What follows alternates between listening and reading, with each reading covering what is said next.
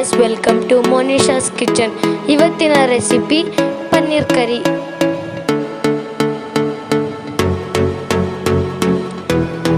ಬನ್ನಿ ಹೇಗೆ ಮಾಡೋದು ನೋಡೋಣ. ಫಸ್ಟ್ 200 ಗ್ರಾಮ್ ಪನ್ನೀರ್ನ ತಗೊತಾ ಇದ್ದೀನಿ. ಅದನ್ನು ನೀಟಾಗಿ ತುರಿದು ಒಂದು ಬೌಲಲ್ಲಿ 2 ಸ್ಪೂನ್ ಮೊಸರು,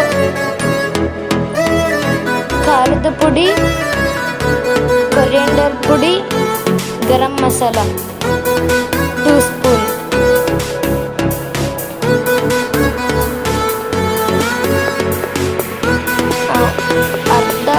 ಅರ್ಧ ಸ್ಪೂನ್ ಶುಂಠಿ ಬೆಳ್ಳುಳ್ಳಿ ಪೇಸ್ಟ್,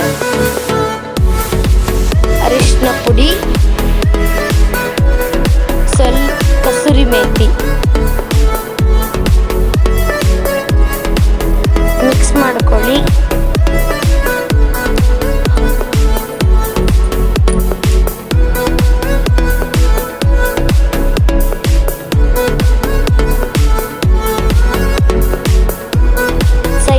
ಮಿಕ್ಸ್ ಮಾಡಿದ್ಮೇಲೆ ಸೈಡಿಗೆ ಇಡಿ. ಮತ್ತೆ ಒಂದು ಪ್ಯಾನಲ್ಲಿ 2 ಸ್ಪೂನ್ ಆಯಿಲ್,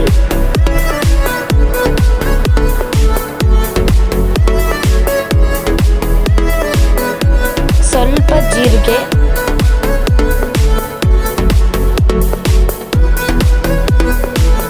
ಕರಿಬೇವಿನ ಸೊಪ್ಪು, 2 ಈರುಳ್ಳಿ, ಚಿಕ್ಕದಾಗಿ ಕಟ್ ಮಾಡ್ಕೊಂಡಿರೋ 2 ಈರುಳ್ಳಿ,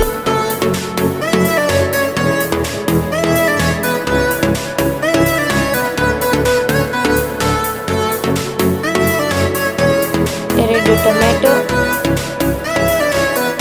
2 ನಿಮಿಷ ಟೊಮ್ಯಾಟೊನ ಮತ್ತು ಈರುಳ್ಳಿ ಕುದಿಸ್ಕೊಟ್ಟು ಫ್ರೈ ಮಾಡಬೇಕು. ಪ್ಲೀಸ್ ನನ್ನ ಚಾನಲ್ನ ಸಬ್ಸ್ಕ್ರೈಬ್ ಮಾಡಿ, ಶೇರ್ ಮಾಡಿ, ಕಮೆಂಟ್ ಮತ್ತು ಪಕ್ಕದಲ್ಲೇ ಬರೋ ಬೆಲ್ ಐಕನ್ನ ಪ್ರೆಸ್ ಮಾಡಿ. ರುಚಿಗೆ ತಕ್ಕಷ್ಟು ಉಪ್ಪು,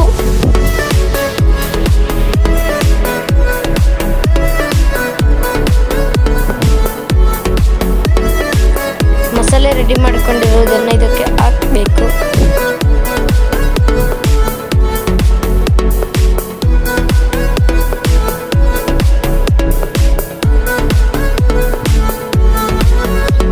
ಎರಡು ನಿಮಿಷ ಕುದಿಸ್ಕೊಳ್ಬೇಕು.